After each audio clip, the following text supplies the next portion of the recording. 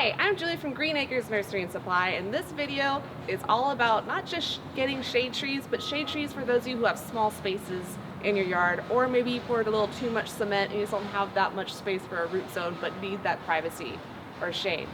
So one of the cool things about these guys, a lot of them are going to be shrubs that have been turned into trees, which means their roots aren't real invasive, and I have a lot of evergreen varieties as well as deciduous varieties for you to pick from.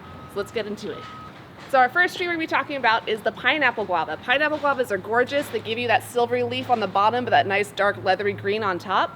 They also get a beautiful flower that's white with a red fringy tongue, and the petals are edible. They're actually real sweet, kind of like honey, so you can throw them in a fruit salad. And they develop a pineapple guava. It's about the size of a kiwi, kind of tastes like a kiwi, but has the texture of a pear. But they're drought tolerant.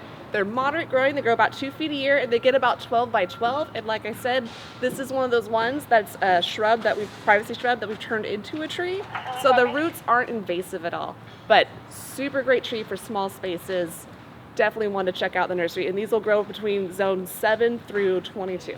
The next one I want to talk about is the Photinia. So a lot of people, it's kind of the shrub of suburbia. Everybody has a Photinia. They grow in a lot of zones. They range anywhere between zone 4 through 22, so they can live in most areas. But what's great about these is that they're fast growing, so you get instant results for those of you that are kind of impatient and want shade now. So they'll grow they can grow up to 3 to 4 feet a year. But when they do grow, it'll be in spring and fall during that growing weather, and you'll get these bright red tips on the outside of it. So the new growth is a bright red, so you have like a red tree in spring and fall, and then in summer you got a more green tree, and in winter you still have a green tree. You don't have to go out there and break up leaves because again, it's an evergreen. They do get little plates of white flowers in spring, but it's only for about 2 weeks, but for the most part it's a very clean, fast growing tree. It gets 15 feet by 15 feet, and like I said, from zone 4 through 22 or 24, really good hardy tree, and also drought tolerant.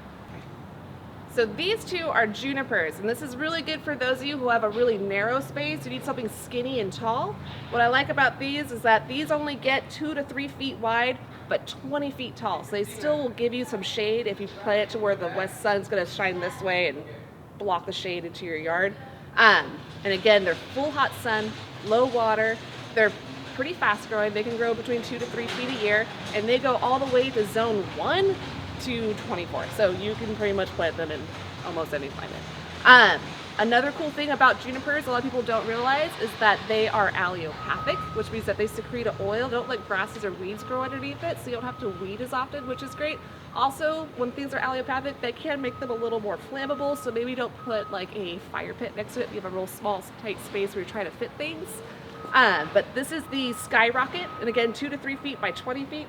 If you want a more green color, not so much that pretty icy color, we have the Spartan junipers. These get 3 to 5 feet wide by 15 feet tall, but again, super drought tolerant, keep out the weeds, great plant. So this is a purple hopseed tree, and again, it's a privacy shrub turned into a tree, so non-invasive roots. It's very fast growing, like the red tip Photinia we talked about earlier, so 3 to 4 feet a year, super quick. In the wintertime, it turns purple, which is why they call it a purple hop seed. It's also called a hop seed because it does get these little seeds. They're kind of fun. It's like plant confetti, but they will kind of sprinkle around your yard, but they don't pop up all over the yard or anything. They're not invasive, but it's a beautiful tree, and it gives you winter color interest as well as privacy all year round. But it's a really great privacy tree. These will grow from zone 7 through 22. Now, this tree is a shiny xylosma. And if you ever need a word that starts with an X during a Scrabble game, this is the name. But what's cool about this tree, it is a little slower growing, so if you don't want to have to trim it and maintain it, it's great. Kind of like the red tip Photinia, but not as red. The new growth kind of blushes, and it always has this crazy kind of bedhead look to it that kind of gives it some character that's really fun. But this tree will only get about 12 by 12, so it's not super massive, like 10 to 12 feet each way. So great for small yards, non-invasive roots, super clean, kind of gives you like a ficus look, kind of like a houseplant, but does great outside. And these will grow down to zone 8 at the lowest to 24 or 22. So this is a purple pony plum tree, and what's awesome about these guys is that this variety doesn't produce fruit. So it's a fruitless variety, and it's one of the first trees to bloom in spring. So right when you're kind of bored, like tired of being in the cold, this is the first thing to wake up and give you these beautiful baby pink flowers all over it in springtime around like February. Another cool thing, this is a deciduous tree, so it will drop its leaves, but that's why it's just all flowers in spring, which makes it gorgeous. They only get 12 by 12, and they can go down to zone 4 up to 22 or 24, but they can handle pretty warm climates as well as zone 4. But it's a great tree, non-invasive roots, shouldn't have to worry too much about it breaking things.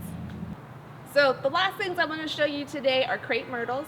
I have these two specifically for a reason. This one's called a catawba, and this one's called pink velour. They're starting to fade out because it's kind of getting to the end of their bloom season because we're in fall over here. But what's great about these is that these ones are more of a semi-dwarf variety. They only get between 8 to 12 at a max, but probably like 8 to 10 feet each way. So it's a very small crepe myrtle, but it still gives you some height over the fence to give you some privacy, cast a little shade in your yard, and keep everything looking beautiful. Crepe myrtles would be one of your longest blooming trees that you can get in the area. They usually start around July and they go all the way to now, which is like September, sometimes a couple in October, but usually September. But super long blooming, and they can give you really good fall color. You do have to keep an eye out for aphids with these guys, so do treat them in the spring with like a tree systemic around March. So we're gonna march out to your crepe myrtles and treat them so you don't get all that sticky stuff. So if you're getting that, that's what that is. But they're worth it because they're so beautiful, it's so colorful. And these guys can go as low as zone 7, and they can go all the way to 22. Hope that answers all your questions. We have so many more varieties. This isn't even close to all of them. And please come to any of your local Green Acres, and we'll be more than happy to educate you on more varieties that you could pick from for your small spaces and tight yards or tight cement areas.